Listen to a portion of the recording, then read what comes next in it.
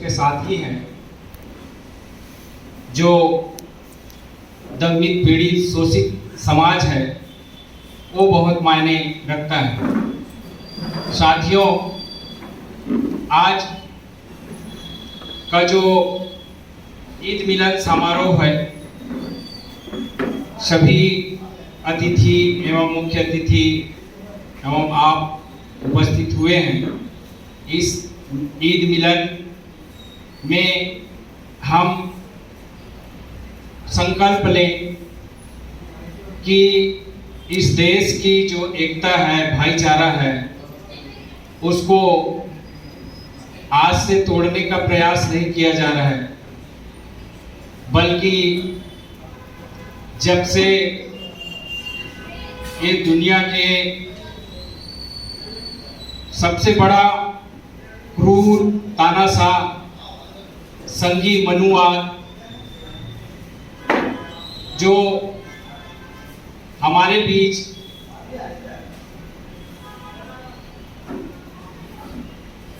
एकता जो बनी हुई है उसको तोड़ने का कोशिश कर रहा है। और ये जो संघी मनुवाद का जो गठजोड़ चल रहा है, जिसको सबसे बड़ा क्रूर आतंकवादी संगठन आरएसएस बोलते हैं, मैं खुले मंच में बोल रहा हूं, और हम जो मंच में आज बोल रहे हैं वो खुले चुनौती रूप से बोलते हैं।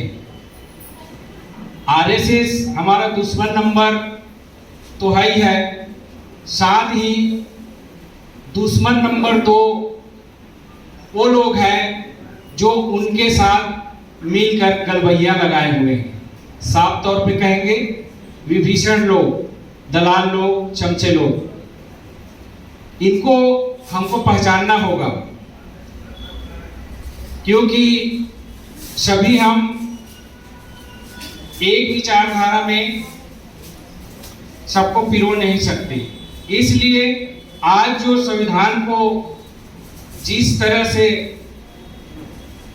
इनके द्वारा जलाया जा रहा है, खत्म करने का प्रयास किया जा रहा है, तोड़ा जा रहा है, हमारे तमाम जो कानून को बदला जा रहा है, इनके खिलाफ हमको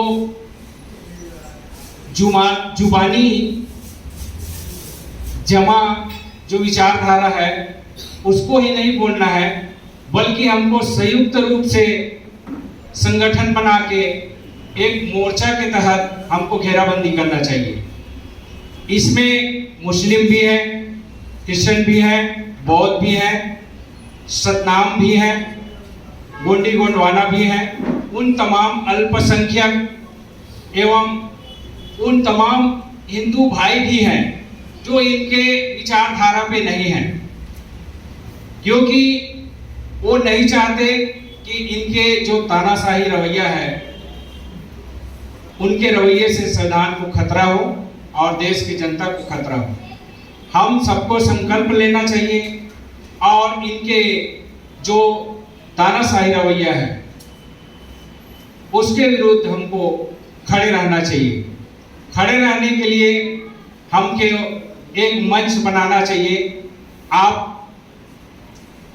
एक ऐसा मंच बनाइए जिसमें सब एक साथ लड़े। अलग अलग संगठन हो सकता है, लेकिन हमारी लड़ाई एक तानाशाह के खिलाफ होना चाहिए। आप धर्म मानिए, आप पूजा पाठ करिए, आराधना करिए, सबको आजादी है, लेकिन हमारे सारे चीजों को ये जो प्रतिक्रियावादी जो लोग हैं, जो सामंती विचारधारा के जो लोग हैं, इस देश के आवाम को तोड़ने में हर संभव कोशिश कर रहे हैं, क्योंकि उनको हिंदू राष्ट्र पसंद है और हम इनके हिंदू राष्ट्र जो लाना चाहते हैं उसके विरोध हैं। हम इस देश के अंदर किसी भी धर्म के राष्ट्र नहीं बनने देंगे, क्योंकि हम इस देश के अंदर एक फूल की तरह हैं।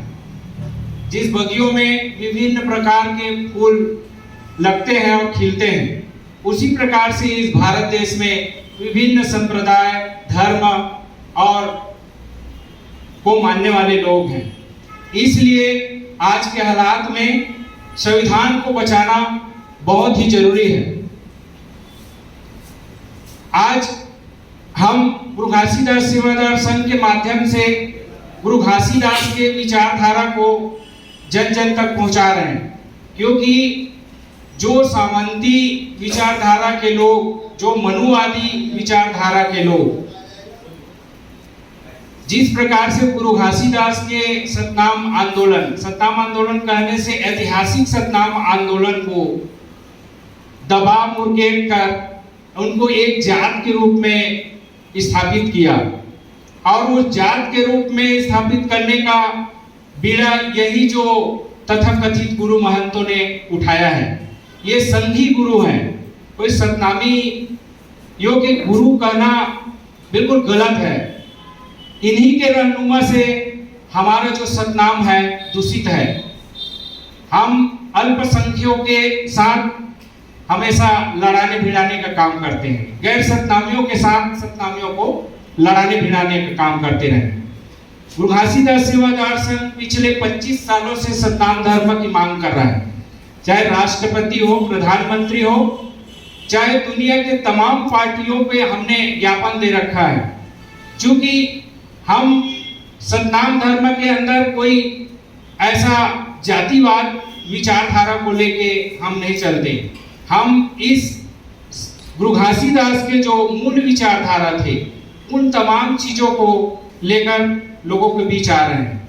तो वो नहीं चाहते कि सतनाम इस दुनिया में फले फूले, और जैसे मुस्लिम, सिख, बौद्ध तमाम धर्म इस दुनिया में अपना एक ऐतिहासिक महत्व रखता है, उसी तरह के सतनाम भी एक ऐतिहासिक महत्व रखे, ये हमेशा नहीं चाहते। तो हमारा कहने का मतलब है, संविधान ने सबको धर्म का मानने का अधिकार दिया है।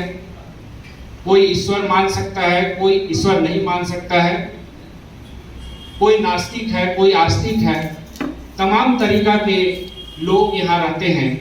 और इसी खूबसूरती को बरकरार रखने के लिए हम एक साथ आगे उन तमाम जो पूंजीपति और अडानी अंबानियों के जो लठैतीपन चल रहा है इस देश के अंदर, उन तमाम लठैतों को नस्त नाबूद करें।